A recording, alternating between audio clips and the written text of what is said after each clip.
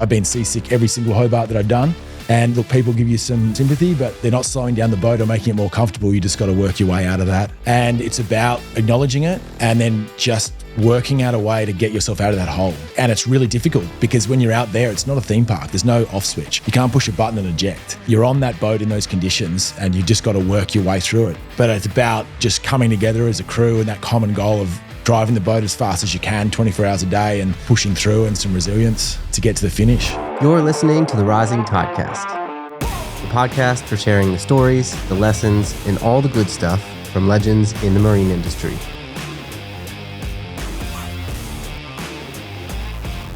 Welcome to another episode of the Rising Tidecast. I'm Steve from Rising Tide Film and excited to have Adam Hickey on the podcast today with us. Welcome, mate. Thanks, Steve. Nice to be here. So, you've got a really interesting background. I think you're originally from Melbourne. You spent your childhood motor racing and then found yachting a little bit later in your life, still young in your 20s. From there, you've worked on some of the world's best boats and yachts with high-profile owners in, sounds like, the world's best locations, all the desirable places. And you've got 40,000 nautical miles under your belt. 3 Sydney to Hobart races with a division win last year and getting ready for number 4 this year, which is pretty cool. Yeah. You also had a yacht management business and a yacht broker down at Delbora in Sydney. Beautiful spot. Yeah, it's lovely. Yeah, so safe to say you've probably got a few stories for us under your belt and a need for speed, which is cool. I'm curious, like taking us back, what is it about racing that you loved, the motorsport racing, early on in life? It was something that got into in my early teens. When I grew up in Melbourne, as you said, pretty like just regular inner city lifestyle. You know, we had beach holidays and whatnot, but it wasn't, out in the surf every week or anything like that. And my dad was always into his cars and motor racing. His boys' trip every year was going to the Formula One Grand Prix in Adelaide and through the 80s and 90s. And so we always went to, motorsport events and whatnot. And there was always an interesting car or something he had in the garage. And then in my early teens, I think I sort of said to him one day, I was like, it'd be cool to get into some motorsport, like whether it be maybe motocross or go-karts. And Dad had a little look at it and he sort of came back and he said, I don't think motocross, mate. Like, the whole, motorbikes is, he'd had one as a kid and come out with a few injuries and whatnot. And said, let's have a look at this go-karts thing. So, yeah, we bought a go-kart, then went about racing, in Victoria. And, that went on for 3 or 4 years, racing, every second weekend at different country towns around Victoria. I went to national championships, won a Victorian State Series at one point. And that was sort of still while I was at school. And then from there, we phased it into Dad and his business partner, who are both, you call them rev heads. Their business was not motorsport in any stretch, but they loved it and they started a Formula Ford team. And Formula Ford is a little entry-level category. It's an open-wheel race car that, most sort of guys that have gone on to, big forms of motorsport have gone through Formula Ford. And so we did that for a number of years. Cool. 3 years in Victorian State Series for 2 years and then on to the National Series.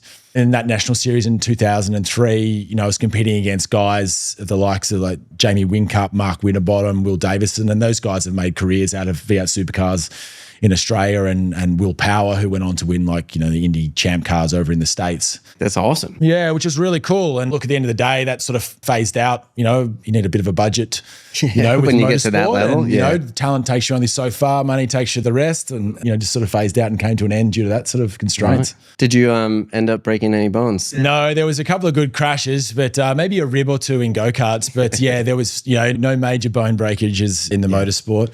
That's good. Yeah, good, because I don't think motocross would have worked out too well. No, I was going to say, like downhill biking in Whistler where we lived for a little bit, you always knew it's just as hectic, right?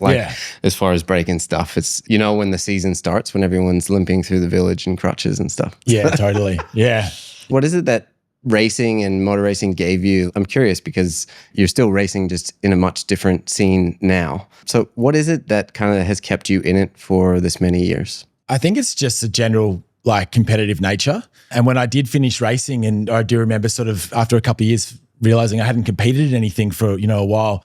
And then the engineering side of and the technical side of motorsport is really quite high end. And, you have a skill when you're driving a car, but you also have to have a technical and engineering skill about how you set that car up for a certain track or certain conditions, which has just flowed on into sail racing, a couple of decades later for me with how we set up boats and how we sail them and just competing, within a team. So I think that's where it's sort of the awesome connection. Yeah. How did you then find the yachting industry? Like from your story and all the things that you've done, I would imagine your first gig probably looked a little bit different than your last gig.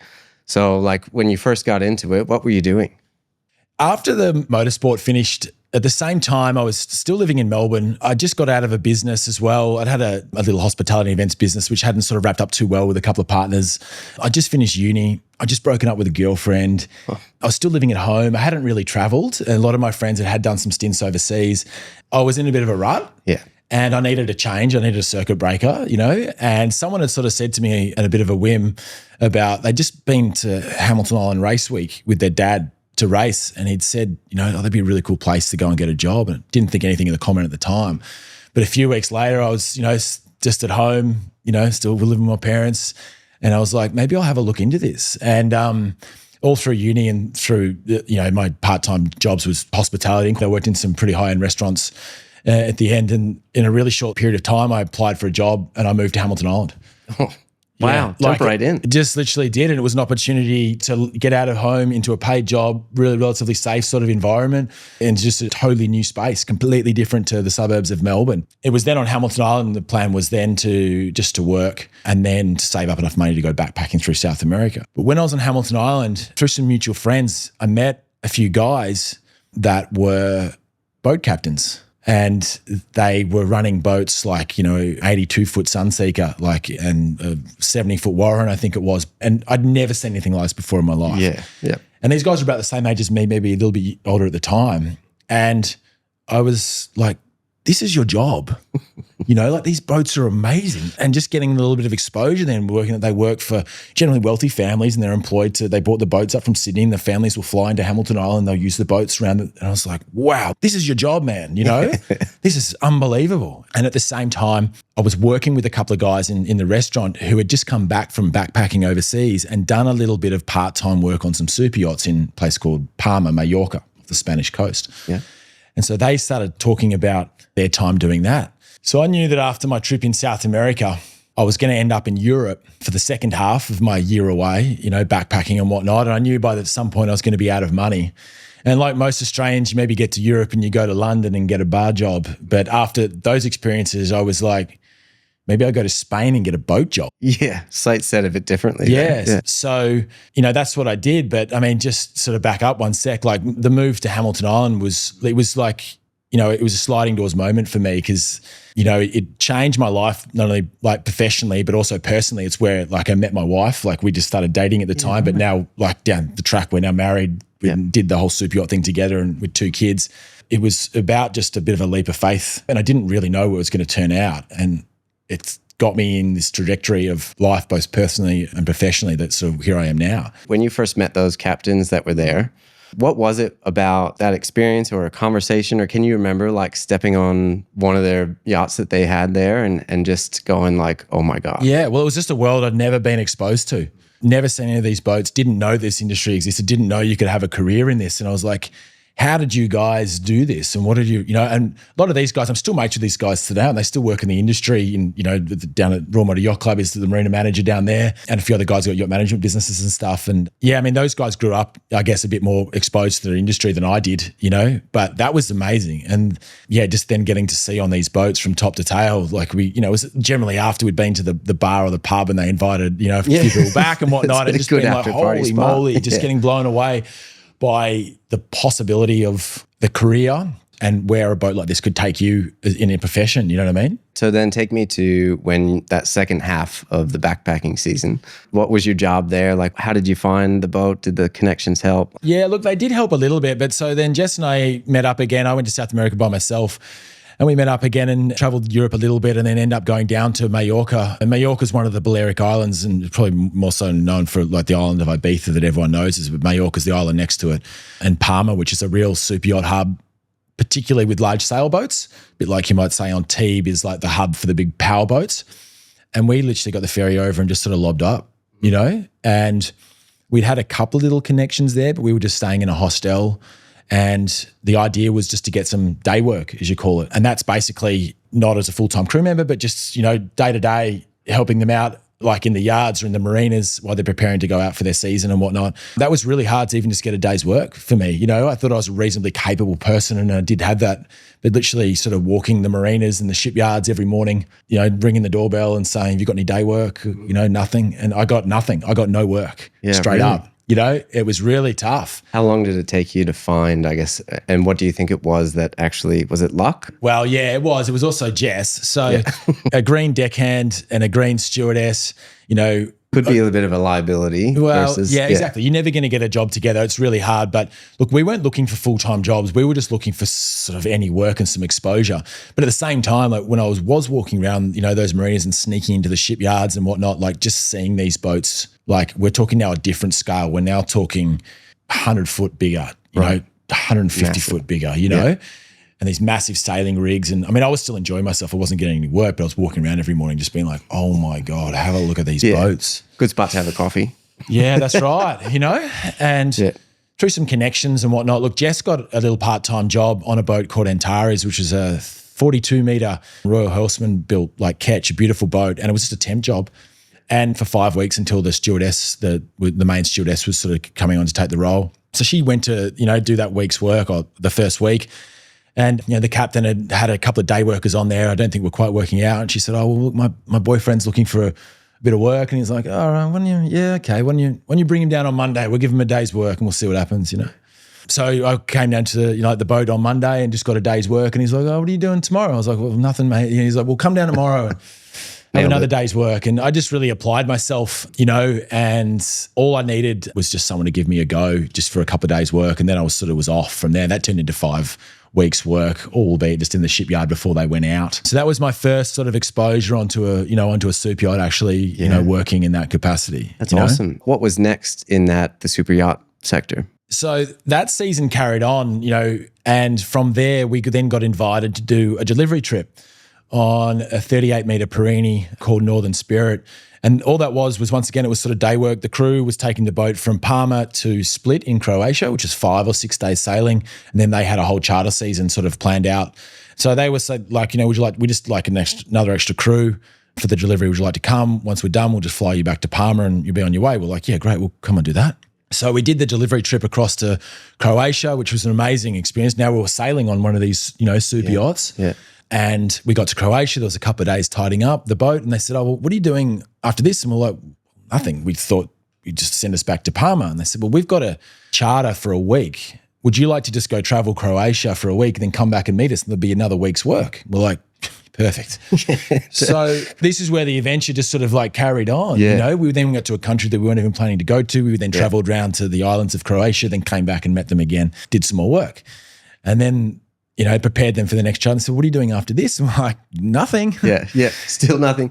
How much more convincing do you need? Like, thinking back to that time, like, what is it about your personality or you think characteristics or traits that was like super essential for you to keep getting asked that question? Like, can you come back? What are you doing next? Like the desirability. Yeah, well, I guess, you know, I was obviously showing some ability with regards to the work, but the big thing on the super yachts in regards to crew, and I learned this a lot further down the track, is like just being able to get along with people well. And the base of that crew on Northern Spirit were all Kiwis, and us being Aussies, like we got along really, really well. Yeah, good banter, I'm sure. Yeah, that was it. And I guess they got along with us. We were easy to have on board and to work, and we sort of did what we were asked, and we were easy to live with as well, because you do need to live with these people, you know? Yeah. So that was probably the basis of it. What happened next? Well, the next one was then, we're doing a charter over in Venice. Do you want to meet us in Venice? And we were like, yeah, sure. So they took off on a charter. Jess and I jumped on a ferry and went across to Italy, a country that we hadn't planned on traveling to. You know, we thought we were going to be back in Parma about a month before this, and traveled up through Italy. And by this point, they'd worked out that they'd needed a second stewardess to complete the charter season. And so they asked Jess if she wanted to stay on come on full time as a second stewardess for the last bit of the season. And yeah, we met them in Venice, did a bit more work, and they said, oh, well, that's all we've sort of got for you, Adam. We'll send you back to Parma. And by this stage, like the season had already started, but you know, it's very word of mouth. And, you know, Jono, the first mate on there, was like, well, when you go back to Parma, I'm going to let Dylan on Kokomo know that you're coming, and a couple other guys go and see them, and there'll be some day work, you know, some more work. And I went back to Parma, and, just got exposure to about, 3 or 4 other super yachts, just casual work, €100 a day was the pay rate and lunch maybe, and I just carried on and did the rest of the season. And that sort of brought my year overseas to an end doing that. But built a great reputation, like for people to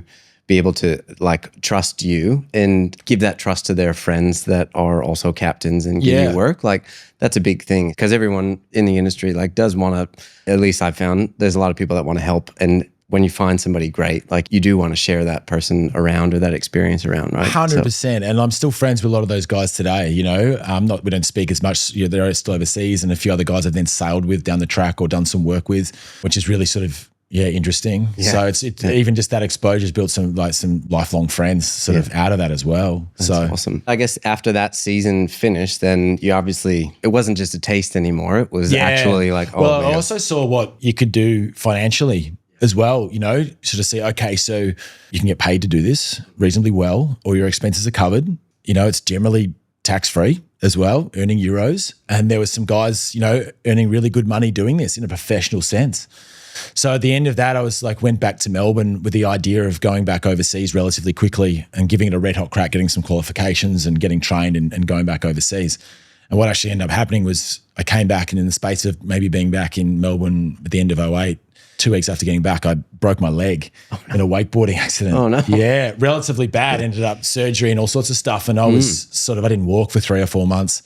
So that put that plan on hold for a good over 12 months. So right, because you had to wait the whole season kind of thing. Yeah, exactly. Look, I could just say, I was only just walking 6 months later, and, it's a very full-on physical job. I just wasn't capable of doing it. And so we just let the whole thing sort of simmer, and Jess and I lived in Melbourne for the year, but then it never sort of went away. I'd had a real taste of the travel, but then also going back and giving it a crack full time. What did you do in that downtime that year, like that you think, I guess, set you up or helped better you or prepare you for the next chapter of getting back into it?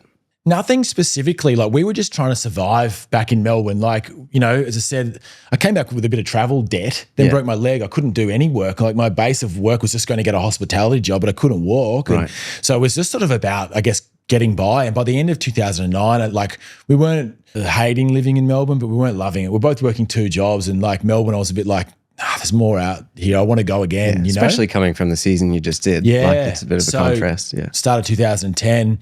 We'd still stayed in touch with a lot of those people and said, hey, we're coming back over and let's, get qualified, do your certifications and all that, and give this super yacht, get a proper gig, and give it a real crack for a few years. And so I sort of did. Got a one-way ticket, back to Palma with my bag, packed everything up in Melbourne, and started the next adventure of it, I guess, in a real professional sense. Right. No more wakeboarding. Yeah. No more wakeboarding too much after that. Yeah. Take us through the career journey, because that, I think you've had like a pretty broad experience, and it's great, to hear that you started kind of at the bottom looking for day work and then worked your way up to, running these beautiful big boats as a captain. So I guess what was next in the career journey for you? Yeah. So next was getting some qualifications. And look, at this stage, I think I was 27, which is relatively late to be getting into the industry. Like, there was some of the guys that I'd worked with, or working with, had been working at 10 years. And some of the, I guess, guys that I was up against as deckhands were 20 years old, and, not saying that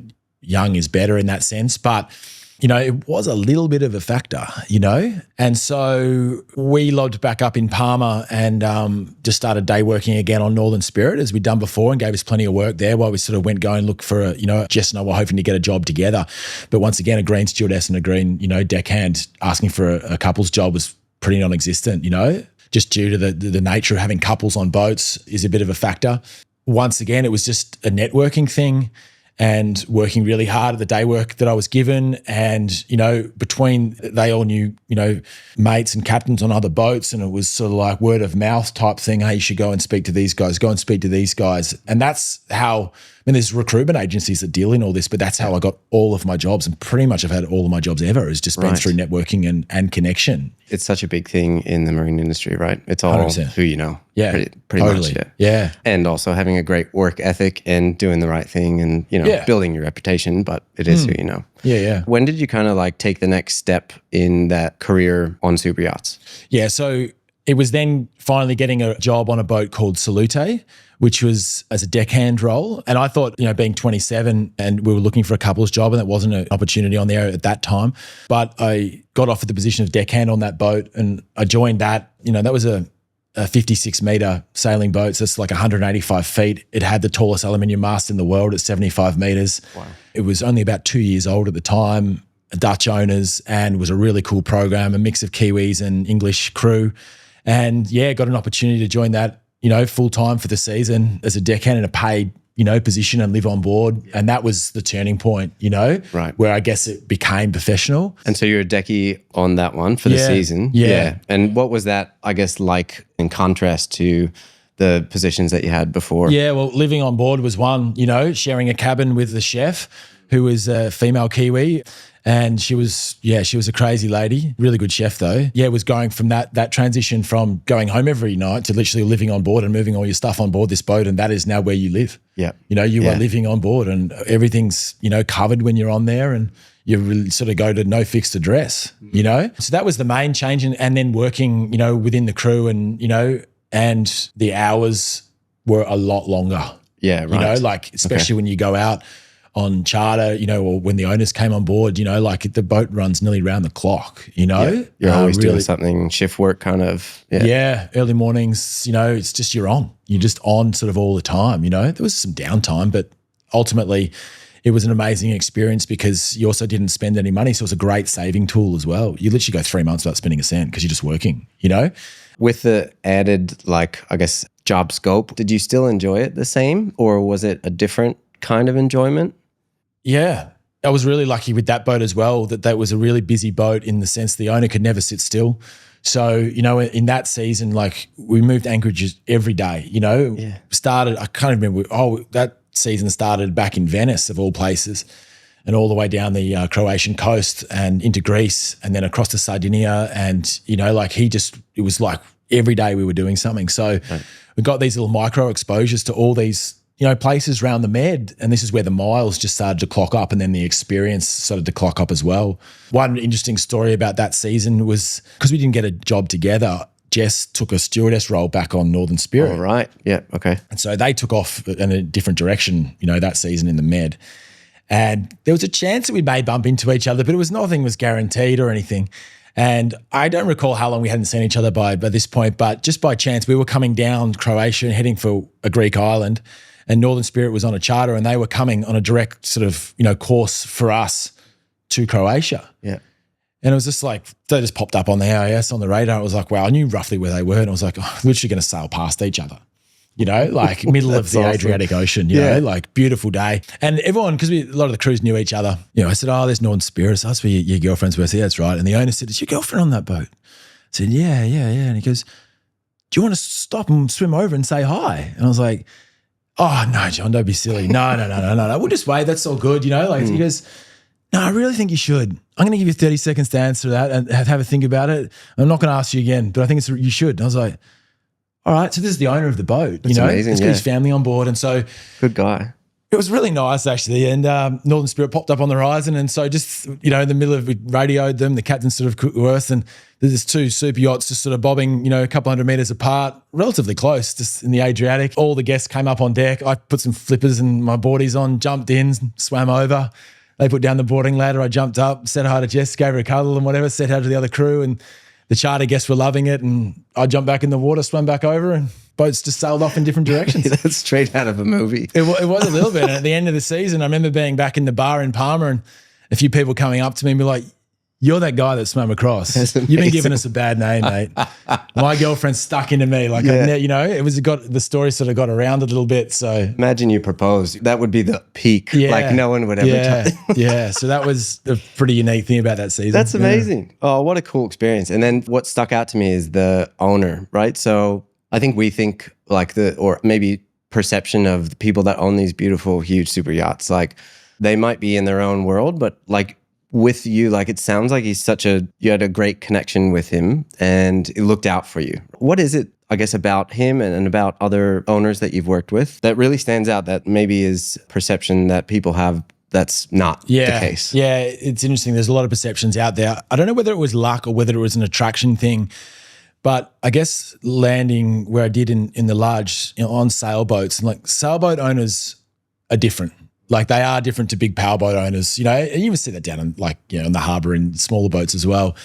But I guess maybe it was a bit of an attraction thing. It is just that, the connections that I'd made with people already working on those boats, I was sort of had similar, I guess, ideas and values with. I never worked on a big powerboat, but from what I understood, they were a lot more formal.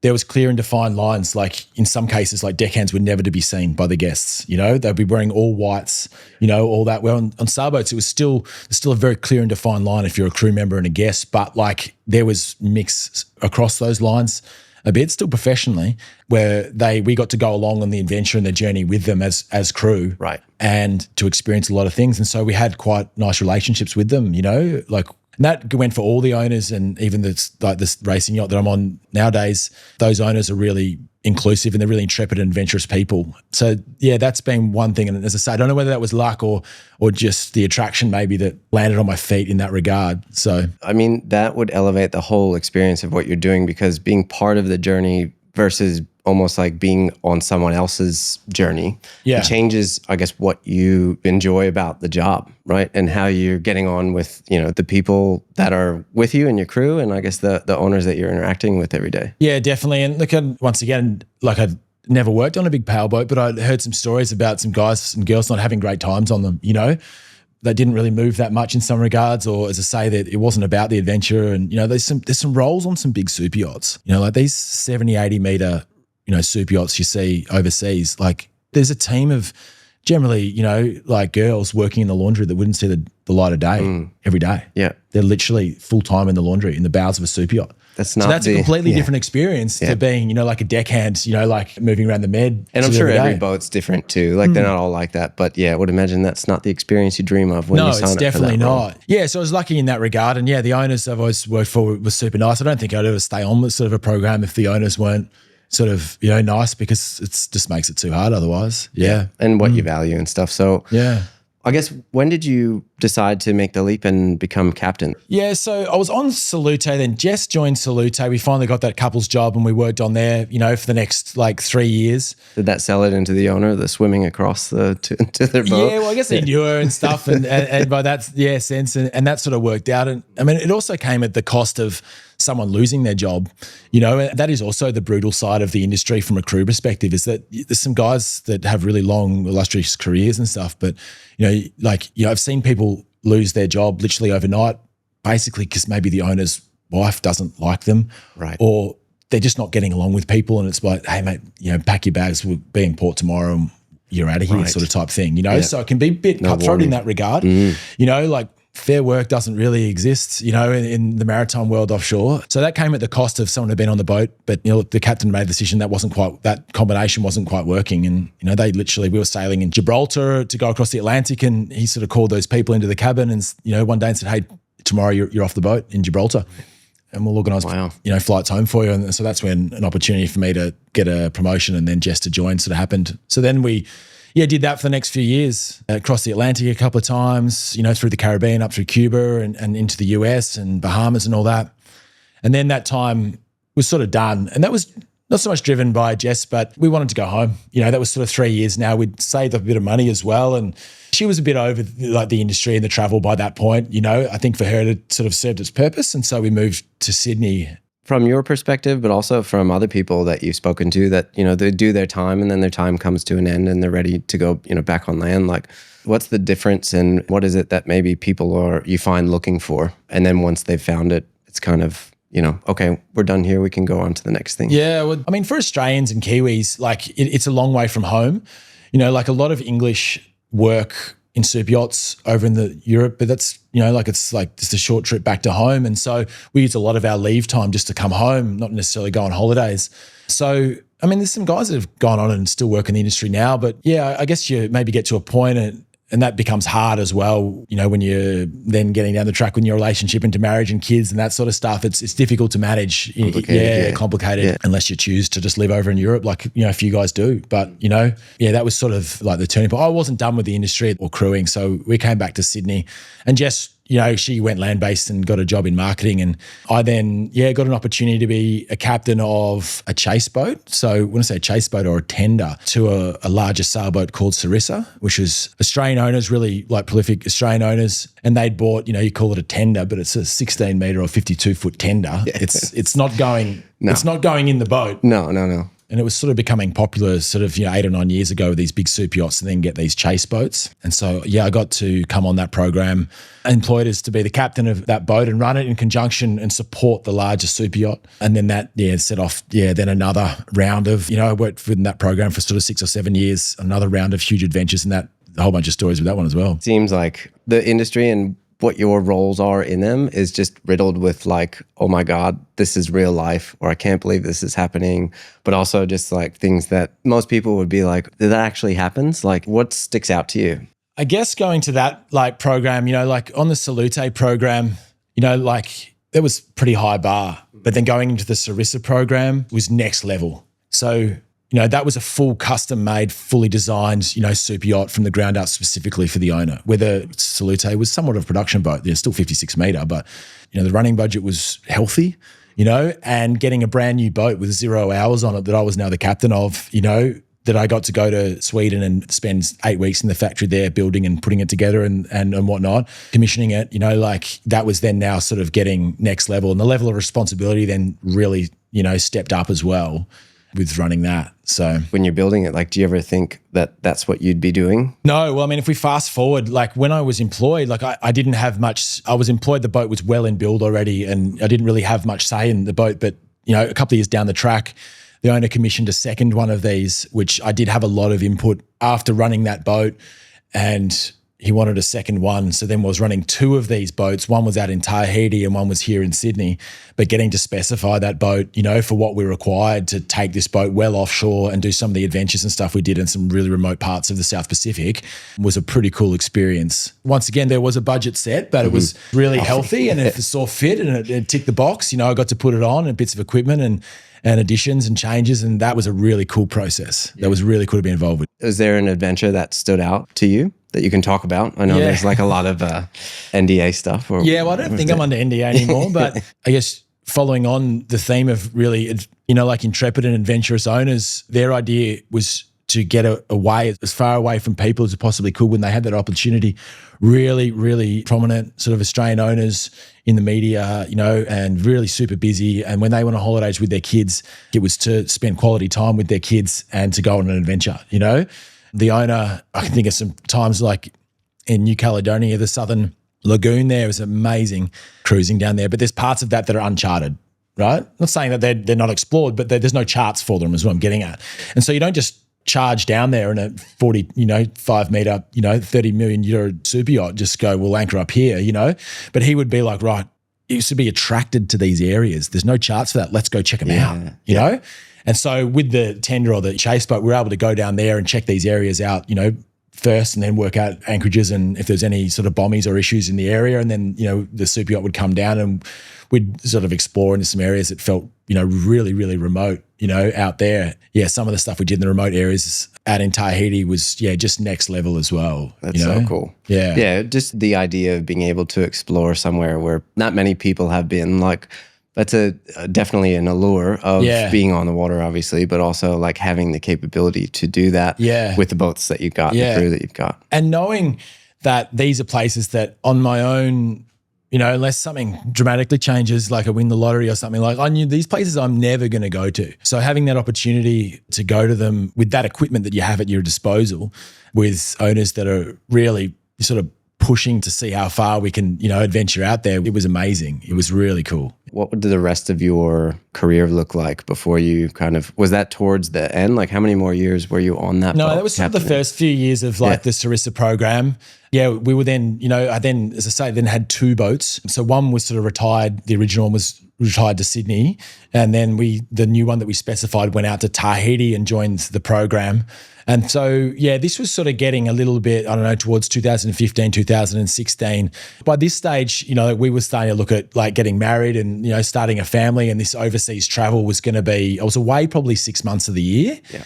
So it was getting a little bit tricky. And so, look, they were good enough. I stayed on the program then, just Sydney based for a couple of years, just looking after the boat in Sydney, but then also transitioning and looking after some stuff at their estate, in Sydney. Well, good people want to keep you on, right? Like when they find a good person, like you don't want to lose that person, right? So that sounds like they kind of found work for you because they trusted you. And trust is a massive thing when you're inside their circle and you're looking after their kids, about privacy and security and all that was really high on their agenda. And so once you're in that circle, they sort of want to keep you there until, it sort of maybe doesn't quite work for them, in some regard, Yeah. So yeah, that was an amazing time. I mean, one story just about, some of the stuff we did out in Tahiti, I think is probably worth mentioning, was the owner, his massive, loved his spearfishing, like huge into it, and really good free diver and really good spear fisherman. Cool. And wanted to go like some pretty wild places and go spearfishing. And I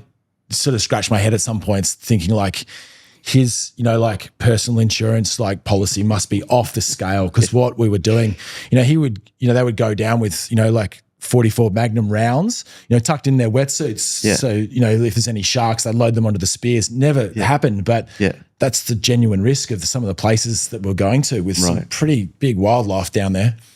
And to think someone like him was going down and risking it all, like but he loved it. And so we were out. There's a group of atolls like about 200 nautical miles, like northeast out of Tahiti. Like one's called Rangiroa and another one Whakarava, and I don't recall. They're essentially sunken volcanoes. And so you have, like an inside of these lagoons, and there's a pass to get into the Madam. And these passes are a bit like, bar crossings, huge amounts of waters move in and out of them when they ebb and flow, and you get massive standing waves in that. And one afternoon, there was a plan to go spearfishing outside, right? So that's just getting through this. And I was like, okay, but maybe I didn't look into it too much, but I sort of went, oh, well, everyone must know what's going on. Yeah, let's load up the gear and let's go. And we got to the pass. It was ebbing like really heavily. And I was like, you want to go spearfishing outside. How have you see how much water is moving? Wow. And Greg, the captain of the Superyacht, was like, no, we'll be right, mate. We'll just stick to the side here in the pass. And we're a bit bumpy, but I think we'll get out. I was like, yeah, okay, I guess if we stick to the side of the pass. But generally what happens in those situations is you get sucked to the deepest part of the channel because that's where all the water's moving. And so everyone was getting their gear on and I was driving the boat, and I sort of soon realized that I was like, oh, we're not going to get through the side of this pass. We're going straight through the guts of it. And I can't turn around now, and this is like remote. This is not like, the bar crossing at Port Macquarie where Marine Rescue will come out and save you. This is like full remote. And I was like, well, we're in this now. And we went through like probably 4 or 5 like 10-foot standing waves. Like I was up to my knees, like in water, and just sort of punching through it. And like equipment was coming out of the boat left, right, and center. And I thought like, the water was over the roof, and we got through it and we got out and we got spearfishing. Caught nothing. I was going to say, no. That's the worst. Yeah. But like a crazy story. Like, we got back into the pass, it was all fine. And like a few of us still mates with a few of the crew today, and that's still a story that comes up because, as I say, like that was a really remote place. And if that had gone wrong, I actually don't know what would have happened. Yeah. No backup plan. No backup plan and really sharky sort of place. Yeah. Ebbing, you're just out in the ocean. Yeah, right. Like I just don't know what we would have done. But anyway, we got through it. Part of the adventure. Yeah, here to tell the story. Yeah. But I mean, that's the allure, I guess, right? For guys like that do enjoy the remoteness. It's just another kind of like, ooh, we could do this. And part of the adrenaline and very, very cool. Not so cool when the pressure's on to keep everyone safe, I would imagine. Yeah, but there was a lot of pressure, like, working on these boats, you still feel it today. Like, at the end of the day, you are the captain and responsibility is yours, to keep everyone, safe. And I know I had a few, not sleepless nights, but, a bit of anxiety going into some trips sometimes and bits and pieces about making sure it all goes to plan and that you are being safe and keeping everyone safe, Yeah. It's a massive responsibility. So did you go to other boats after that? No, that was actually sort of by the end of my, I guess, career professionally working on boats. Because to say, like, we were, starting a family at that point, and, it's a really, when you're working for a family in that private boat, sector, whether it be full-time crew or even, like in Sydney, you might be going home every night, you're still very much the beck and call of these owners. And you sort of say, the crew refer to them as my owners. And it's true, they sort of do own you in a way, So there's a lot of weekends, spent on standby, where you can't plan to really do much or go far. There's a lot of, mates' weddings that you miss because oh, they're not sure if they're going to use the boat or not. I mean, they're relatively respectful, but they pay you to do a job. You know, I'd worked most Christmases and Boxing Days and New Year's for, 10 years there. And then, say starting, having a young family, just sort of knew it's not quite thinking it's how we want that as a family. Very challenging. Yeah. Especially then, I would imagine family's important to you and being there, I think, and being accountable. And yeah, it's a huge thing. And that doesn't really come with that, does it? That's right. I mean, some guys do make it work and it works for them. But yeah, we just sort of decided that would sort of be it and finish up on that program. But then another I guess door was opening at that point with the sailing side of things, which then gave me the opportunity to do, because I was working every Christmas and Boxing Day I couldn't do, like I said, into Hobart. So it gave me the opportunity to then step into that world. Right. Yeah. What's something or a couple things that you think of that you took away from that chapter of your life that you're super thankful for? Like a lot of friendships. Like I'm still friends with like some of these guys that gave me the first, day's work, way back in 2008. And then some of the guys that I worked with have now gone on to be Superyacht captains themselves. And, they started below me and come up and just sort of gone through. So yeah, probably like, the friendship, and I guess just through that, just the mindedness with these people, really grateful for, the travel that I got to do during that time. I literally stamped out a passport, which is pretty cool, and went to go to countries and areas and places that I know that I never would have gone to. Right. So yeah, really thankful for that. The whole worldly experience, I think, adds a lot to who we are as people and how we see the world and interact with other people. Like there's just something about being able to be a part of different cultures that adds, a lot to life. Yeah, definitely. You can tell when someone's done a fair bit of travel, when you meet people, we might be in different industries or whatever. Yeah, when you say worldly experience, it's been a great, thing for me, yeah. And then sailing back here, so back on land, but then got into, Sydney to Hobart races and stuff. How did that come about? What were you looking for? So, backtrack once again, going all the way back to Palmer in 08, I met a couple of guys, one guy in particular, we went on separate, he was in Superyachts, he was from Melbourne as well. We got along, but look, we sort of loosely stayed in touch, and he did a bit of time overseas, and sort of roughly the same time that I moved back to Australia and got that gig running the Sarissa Chase Boat program, he moved back and got a gig running a sailboat for a family here in Sydney, and we were just mates. And so, that just started out. They started doing a few, twilight, Wednesday night races in Sydney Harbour. And by this stage, I didn't grow up in the marine industry when we've been through that. So I didn't grow up. I learned how to sail on massive super yachts. My first sailing experience really had to learn was on a 38-meter sailing catch, which straight is in the deep end. Yes, yeah. But at the same time, not sort of undermining in any way, but they are easy boats to sail. Mm-hmm. They're technically advanced, but there's not much sort of tuning about them. And sailing in the basic sense is relatively straightforward. You can teach someone to sail, in a day, but to the intricacies of actual sail racing and the experiences there, that's another aspect of the industry that could interest people is you got these guys that are professional sailors. That's what they do. They're guns for hire. They sail on the world's biggest and best and fastest, GP boats around the world. Yeah. And it's a whole different skill set. Yeah. Whole different skill set. Yeah, right. And so started out, just doing a little bit of sailing, thinking I was a bit of a legend here, and soon worked out I know my way around the boat and a winch and sails and that sort of stuff, but actually proper sailing is another skill set altogether, Right. How did you find a boat or a crew, or what was it that I guess got you into the racing circuit around here? So lucky enough with my mate Phil, who was the captain of this boat, the owner upgraded it into a boat, a 78-foot hook design, which is like a sort of bit of a custom boat, like a classic looking sort of boat, but he upgraded it as a boat called Drumfire, or Oriton Drumfire as it's known on the racing scene. They just started out doing some twilights and whatnot, and then, did a Hamilton Island race week. And then it evolved into them, campaigning to do the Sydney to Hobart. Now, this is not a program I'm involved with in a paid position. This is just being asked to come along and sail the boat as crew. Yeah. And got those opportunities to, go and, up to Hamilton Island, do full, weeks regattas and whatnot. And then they campaigned in the 2018 Sydney to Hobart, which I wasn't able to do. I was still involved employed, and they it wasn't appropriate for me to have the time off that time of year to go and do it.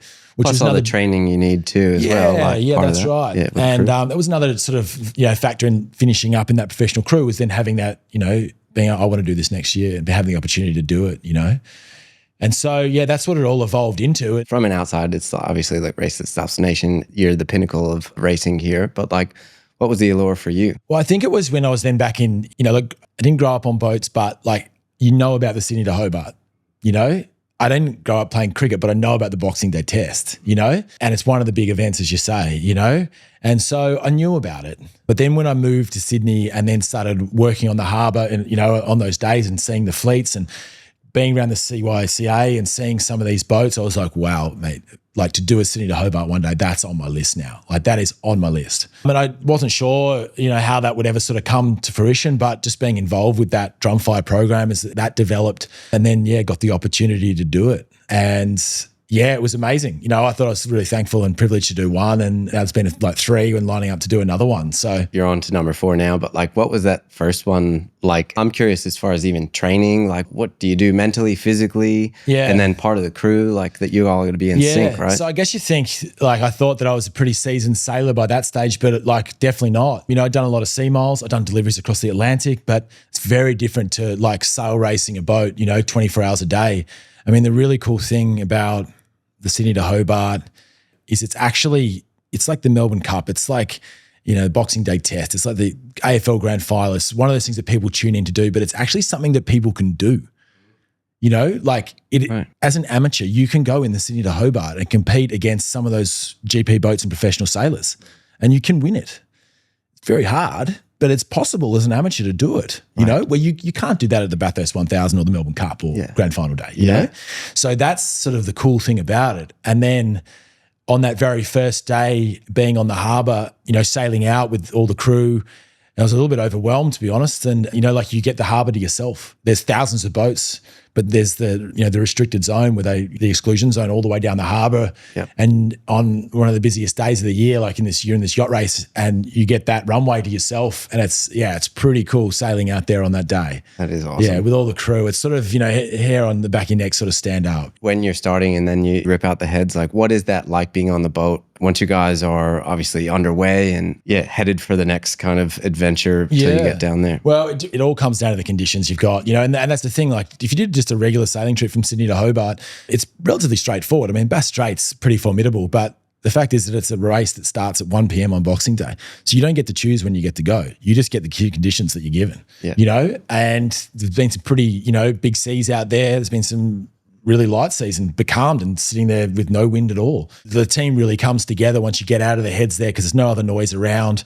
You got 16 of us on board, and then you just sort of go into this crew rotation of 4 hours on, 4 hours off. And the objective is 24 hours a day is to trim the boat to the best of everyone's ability and steer the boat, to get it down to Hobart as fast as you can. There is obviously, always considerations on safety and whatnot, but not on the comfortability. It's very uncomfortable at times, very uncomfortable. I mean, I thought was pretty good, but I've been seasick every single Hobart that I've done. Right. And look, people give you some sympathy, but they're not slowing down the boat or making it more comfortable. You just got to work your way out of that, and come good. And that's, what it is. It's a real mental, physical battle as well. You get down to Hobart and you're pretty beaten up. What's the training regimen that you guys do? Because I know a few people that do it, and it's, you're training consistently multiple times a week up until that. So what's that like? Wasn't too much on the boat training. I mean, I've always been, and this started back in my motorsport days, was a relatively, like I put a lot of effort into my physical training myself. And so I always like to try and keep relatively fit. And I sort of find that the fitter and stronger you are, that when you're like in situations where you're being pushed, you're better for it. So I'd always train as much as I can just to prepare myself physically, for it. And then as far as, the training goes, there's a couple of lead up races that you have. We had one last weekend up to Cabbage Tree Island, which is off Port Stephens, and that was about a 30-hour race. So you got to manage the fatigue as well. There's not much downtime, and sometimes when you do get that downtime, you don't get any sleep because the conditions might not allow it.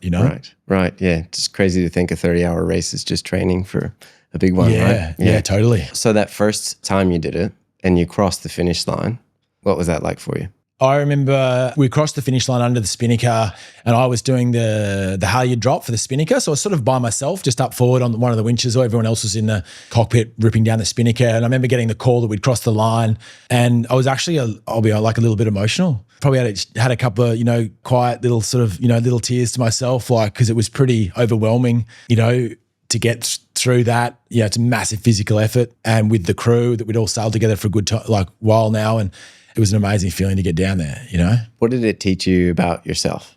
Every year it teaches me something more, or I think I apply what I've sort of learning year on year is a lot more like resilience. And as I say, like seasickness has been a factor for me, and it's about like acknowledging it and then just working out a way to get yourself out of that hole, and it's really difficult because when you're out there, it's not a theme park. There's no off switch. Yeah. You can't push a button and eject. You're on that boat in those conditions and you just got to work your way through it. I think some people it comes a lot easier than others. And you can see some of the crew when they're out there after, a day or two of, and you don't get much sleep. It's really taxing. But it's about, just coming together as a crew and that common goal of driving the boat as fast as you can 24 hours a day and, pushing through and some resilience, to get to the finish. Oh, it would be the ultimate test, like for what you can, I guess, deal with, but also having that adrenaline, keeping it going too. And it sounds like it's played a big part in your life at multiple stages too. And applying that, year on year, as I say, like, sail racing's been a whole other sort of era of the industry and a skill set that I've had to learn. And we've been really lucky to sail with some really top level people on Drumfire, a lot of them being some of the best female sailors, and just learning from those people. And I'm a lot better, I think, sailor in a racing sense than I was, last year or the year before. And it's just year on year, just trying to improve and really contribute, in a technical sense to the driving of, the boat and being a real part of the team to get the boat down there. It's really cool, which is that competitive side I think I've always sort of had, Yeah. What was it like winning last year? Yeah. So look, we didn't win like overall, but it was a category win nonetheless. That was really cool. I mean, they say that the Sydney to Hobart is a shit way to get to a good party. I love that. I've heard that before. So you can imagine, the party that just happens down there if you finish. There's a pub down there called the Customs Inn, and that is open 24 hours a day. And it is the saltiest place like you've ever seen. You get in there, get jugs of, rum and ginger beer at whatever hours for days. I think for the owners of the boat and Phil, the captain, and that have been with that program and really sort of pushed it and put that program together. I love being part of that, and that was really cool. But it was nice to sort of see it, for the owners to get a trophy with all that your hard work and money. It's a big investment, and then also the hard work that Phil, the captain's done on that boat over years, and it was really cool. Yeah, massive achievement. What are you looking forward to this year, besides from the party at the end? Yeah, you sort of. As I'm getting a little bit older, I'm still like, the party at the end. As I say, it's a great party. You haven't slept for 3 or 4 days, and you go down there and have 50 beers, and you do yourself no favors. I'm not sure I'm looking forward to it, but I will do. You do get into it. Yeah. First and foremost is just getting down to Hobart. Safely. That's the number one objective. And then from there, we, do it as fast and as efficient as we can.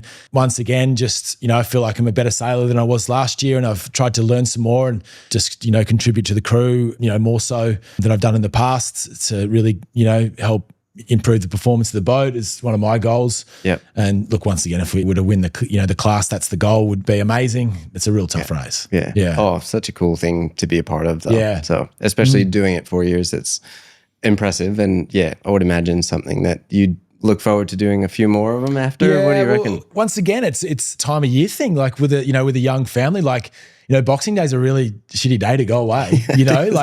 Jess and the kids are at home. They're fully supporting me doing it. But Jess is, I get home on New Year's Eve, buggered, and they're like, right, now it's holidays. And it takes a toll on the family, in that regard. So we'll see. I mean, I sort of said last year, maybe it would be the last. And then they said they were doing it again. I was like, let's go, So, force myself. Can't help but have a good time. Yeah. Well, after winning, you still like, you want to, it's pretty hard not to. Yeah. Yeah. Don't threaten me with a good time.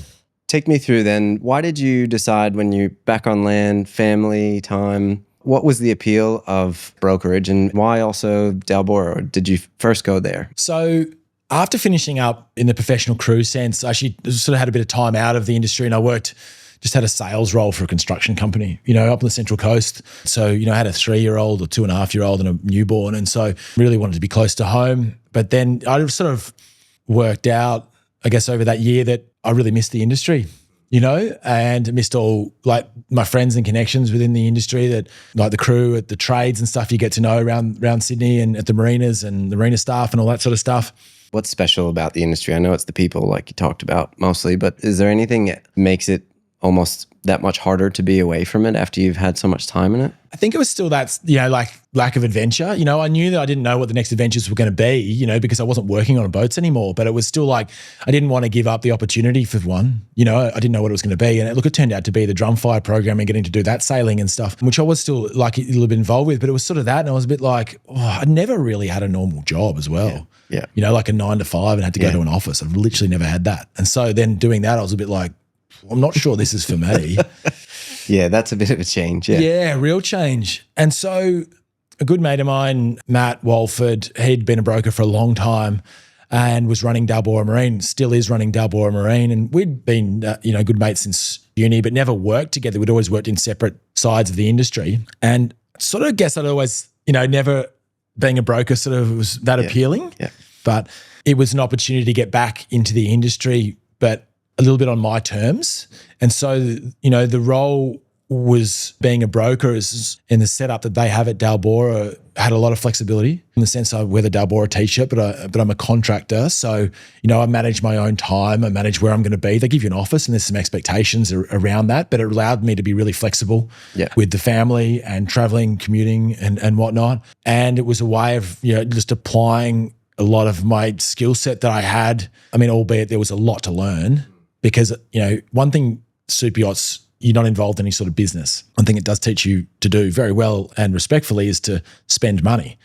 It doesn't teach you how to make money. Yep. You're doing it, the right way, but you're not involved really in a business. And I really wanted to get involved in a business and, and so that was when the change, but then, learning, business, essentially, the boat side of things was sort of easy when it came to the brokering, but learning sales, negotiation and stuff was a big learning curve and a hard one. So you kind of had the perception, which is what most people do about the brokerage side of things. And then now that you're quite a few years in, how is it different than that? Yeah, I guess there is ideas of, and you see a few people come and go, like ideas of grandeur, but when once you get into the industry, like I cut my teeth sort of literally just selling anything.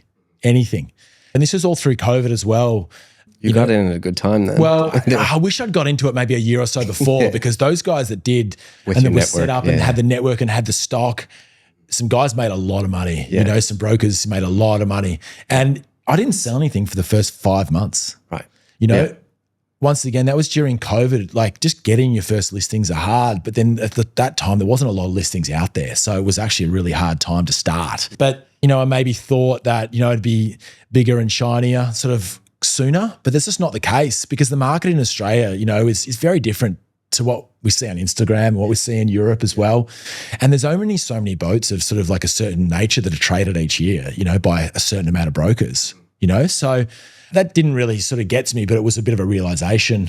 Okay, all right. So, after now 4 years down the track, like I've sold close to 100 boats. I've now got personally probably like $7 or $8 million worth of listings to my name, to be sold and have, learned a lot about business and a lot about, once again, like resilience and pushing through. There's been some hard financial times in the last year for everyone, I think. And, the luxury market really was pretty difficult. Yeah.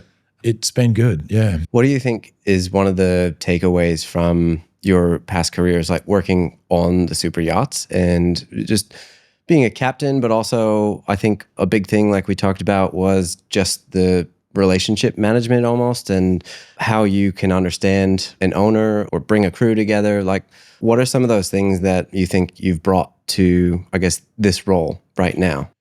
I think there's a couple of things that have really been a factor. One is like the touch back on the, the worldly travel is that you deal with like lots of weird and wonderful people when you're traveling the world. And in, boat broking, you deal with some weird and wonderful people as well. Like there's some interesting people out there that own boats and that's selling boats and are buying boats and just being open, I guess, to that and not being, I guess, spooked by it. That's a factor. But then also taking the skill set of being like when you're a captain on boats, and particularly when I was running the Sarissa chase boat program, is that your knowledge base of a boat of, mechanics, engineering, 12-volt systems, 24-volt systems, generators, water makers, plumbing, electrical, air conditioning, refrigeration. You need to be able to fix or diagnose these problems when you're running a boat. So you know a lot about this, and then you know a lot of the trades in Sydney that fix these. And so that was a real benefit going into boat brokering because we're talking about selling brokerages, secondhand boats. And all boats have issues, you know? Yeah. We know that. Yeah. So being able to decipher those issues and turn that into either value adds for the buyers or value minuses when you're sort of selling and helping people assess those problems, meeting people like, you know, Aaron, the surveyors, boat buyer, and Gavin Clark and those sorts of guys that come and survey these boats, and really being able to talk on the level sort of straight off the bat. They're reading these reports. That was like a main thing that sort of coming from running boats to then selling them was a real benefit. Yeah. Yeah. That's great because you can look out for both sides as well and come at it with an educated perspective on like what's best. And so I think what I mentioned before too is like, you know, finding boats for people. I'd be interested to know, like, you know, from your understanding and working with the owners and helping them build boats and I guess find boats based on how they're going to use it. Like, how does that play into what you do now? Honestly, not so much in the sense of like finding boats, right? So with a boat broker, there is this sort of idea that you're selling boats and you're also finding boats for people. Now, in some different markets around the world, that really does come into it. The European and the American market, you'll have a buyer advocate or a broker on that side of the transaction. In Australia, you do have that, but it's not as much. Yeah. So what I was sort of worked out is that where to actually make money as a broker is to list and sell boats. Right. That's where you make your money. You help people out, with potentially finding boats. But as I say, of the 100 boats I've sold, that's probably happened twice. Yeah, right. 2% of all the transactions. Right. You know, so I've sort of found my little patch, I guess, in the Australian market is say, like, you know, representing boat owners to a really high level and selling their boats. That's where they get paid. That's how we get paid, you know? Yeah. And then fostering the relationships then with the buyers to support them when they buy the boats and on their adventures. And then hopefully then that turns into another transaction, you know, down the line when they go to sell or upgrade or something like that. Yeah. So yeah, I'm starting to see that now after a few years of actual sort of clients returning, you know, and you're sort of still doing a lot of business development work yourself to find new listings and sales. But you know, my phone rings a lot more than it used to. That's for sure, with people just business coming back my way. So, you know. Clear sign that you're doing something right. Yeah, I'd like to think so. Yeah. You know, I mean, there's some boats you sell that you never want to see again. You know, you're just like, wow, I never want to see that boat again. But it's all been a learning experience, really high sort of transactional experience. And there's, been some interesting ones across the time, you know? Imagine, If you could go back to the start, is there anything that you do differently? Thinking about your whole life, career journey? No, I don't think so. I think I would have liked to have maybe pushed a bit more into the captaining sort of some bigger boats and whatnot, but I'm not regretful that I didn't, because, you know, other opportunities and experiences have happened because I didn't do that, you know? So I would have been interesting to sort of go into that sort of real, you know, captain of some, you know, super yachts, but it's been pretty cool, everything else that's happened. That's awesome. Yeah. What would you double down on? Probably wish I'd maybe got into the sail racing side of things sooner, you know, because I've really, you know, enjoyed that. I mean, that's also been a really privilege to be involved in that crew because there are a bunch of great people, but learning the real technical side, you know, of sailing a yacht fast, whatever the sort of prevailing conditions could have been. And at the same time, I would have got to compete, you know what I mean? So yeah, maybe doing that, but that wouldn't have changed much in my career, I don't think. That's sort of like the hobby side, the fun side of it, you know? Oh, I love that. Whatever you believe, like meant to be or not, like it's great to look back at the journey and just be happy with all that you've gone through and the different chapters and see how they add up to where you are now. Yeah, definitely. Cool. What's the best piece of feedback that you've ever received over your career? Or what's one that stands out to you? And how do you think it's changed you or changed your trajectory? I think there's been one sort of like individual piece of, you know, feedback, but I guess it just knowing, or when someone tells you that you've done a good job, you know, whether it be the captain or the owner, you know, and they come around and shake your hand and thank you for, you know, the trip that you guys have just chartered for them or put them on. The family really enjoyed it. You know, that was always, at the end of the day, it is a paid position, but at the same time being recognized that they had a great time, because there's one factor about like, you know, being the crew on the super yachts, and I sort of worked this out, you know, from my hospitality background, is that it's one thing to keep the boats, you know, driving the boats, but where it actually comes in is the hospitality. It's about tending to people's needs on these boats, you know, and seeing to their relaxation and enjoyment. And that's where the tips are at, you know? It's true. Yeah. Well, I think that also probably plays a large part in the success you're seeing now in the brokerage side of things, right? Yeah, recognizing that at the end of the day, it is a leisure activity. you know, and we can get caught out in the features of the boat sometimes. And one of your previous podcasts, her name escapes me, but you know, Rebecca, I think so. Talking about we get caught up in the features of the boat, but ultimately it's like what the boat you can do with it and where it can take you and what you can, you know, how you'll enjoy it, you know, is actually the cool thing about boats. It is. And it's like, it's a reminder, I think, to think of why you're actually getting into boating in the first place. Like, instead of just the material things, well, like, what is it going to give you in your life, which is a cool way to do it. And you do a great job of that in some of your content too that I like. I'd love to know a little bit too about like content playing a big part in what you're doing on social media and brokerage growth. Like, how does that play into what you do? Yeah, I see like the content side of it, like it's definitely important, but it's not the be all and end all. It's the way I sort of approach it. You know, I see it as a marketing layer, you know, I think there's a lot of things you need to do. Maybe I'm a little bit old school, like in the sense of like it's a genuine service game, you know, with phone calls, you know, FaceTime with people, shaking hands, being on boats is what builds relationships and what builds sales and stuff. I think the content side of it is a really good, not necessarily sales tool, but it's a really good research tool for when you want to go and do business with someone, you know, whether, I don't know, if it's looking to sell my house, you might look at some of some real estate agents that go, oh, I'm not sure I like that guy, you know? So I use it as, you know, the basis of a research tool that people sort of look and go, he's really active. He knows what he's talking about. He's representing some really cool boats. And maybe I'd like him to represent me with, say, my boat, you know? I've always found too, along those lines, because it is who you know in person, right? So it's content, I think, is another great way to expand your circle and get people to kind of build a little trust or take the wall down a little bit before they actually meet you in person, where you can do all that important work. But without them seeing it, you know, you're kind of within your circle at the mercy of your network and however you do your, you know, outbound or who's going to refer you.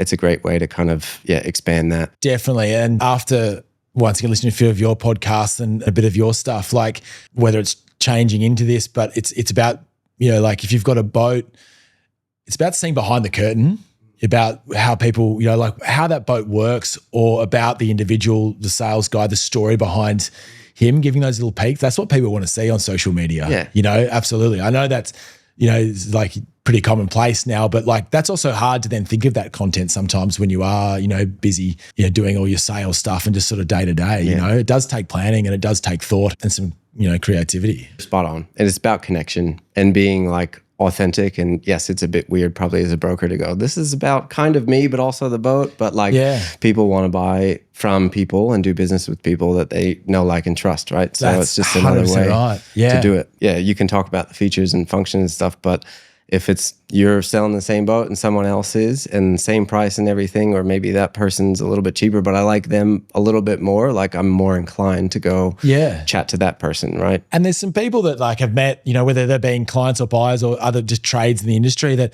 I don't really know that they followed me, and they'll be like, oh man, I love that video you did on that. And I was like, oh, you saw that? They're like, yeah, that was a really cool video. Maybe just a little, you know, like showing an engine room, you know, because we show like the flybridge and where you can lie down, but like, do people actually see, you know, like how the systems actually work?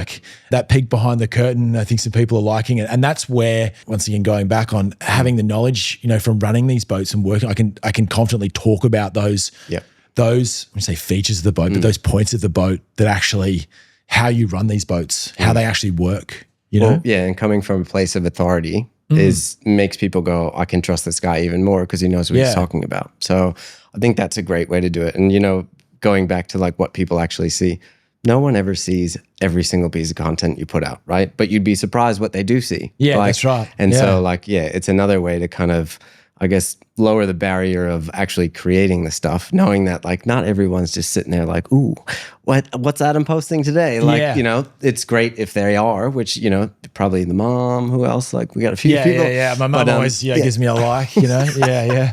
But yeah, I think it's such an important thing, and you do a really good job at it. So I appreciate that. Because you can tell you're like authentic, you get a bit of personality in there, which is really good. Yeah, nice. Yeah. Appreciate that. Yeah. I got some rapid fire questions for you. Sure. What's your favorite port and why? One would be like Mallorca, Palma, Mallorca, which is where sort of it all started for me. You know, really fond memories around that marina and shipyard, working in some refits there over the time as well. But then in the old town of Palma, some cool little apartments we lived in and some cool bars and restaurants and stuff. So yeah, that's probably number one. Yeah, nostalgia. And then number two is probably getting down to Hobart, just seeing that marina, seeing that port, that's one you're really looking forward to when you get down there, Yeah. It's the pictures of ginger beer and rum, isn't it? Yeah, it is, yeah. What's the wildest thing you've seen while out to sea? Probably been some of the marine life that you see, like you don't expect to see it, but it's there. But, like up at the Whitsundays, some of the scuba diving we did up there and, like the whales when they're transitioning up and down and literally having to dodge whales, and you do hear stories of boats hitting whales. It's, it's not good for anyone. Yeah. It's particularly the whale. But yeah, the marine life has always been amazing to see. I remember one night coming to Gibraltar, you have this stuff called phosphorescence in the water, and it basically makes like the water glow, and there was dolphins playing around the boat, so it literally looked like glowing torpedoes that were the dolphins just flying through the water and just jumping around. I remember that being pretty memorable from just a wildlife point of view out there. That's definitely one of those things that people go like, is this real life? It's just wild. That's awesome. Exactly. Yeah. What's your go-to meal after you get home from a long stint at sea? My go-to meal, like when I maybe not feeling the best, or if you just want something like that's done serve me really well, particularly on the city of Hobart's, is just chicken pot noodles. Like literally just that. You can have it any time of day. You just chuck some water in it. Like you got a hot meal, and when you may be feeling a little bit ginger or you're just coming out of that seasickness hole, like it sort of sits well. And so that's saved me, and I'll probably get through a few of them, on the next trip. Have it in the back pocket. Yeah. Who inspires you right now in the yachting world, in the marine industry? There's some pretty amazing people doing it. Like right now there's the Vendée Globe, which is a solo around the world race going on, and that's in these 65-foot weapons of boats, and they're solo right now, and there's about 20 of them, maybe more, out in the Southern Ocean somewhere just sending it. I have no will or desire to do that race.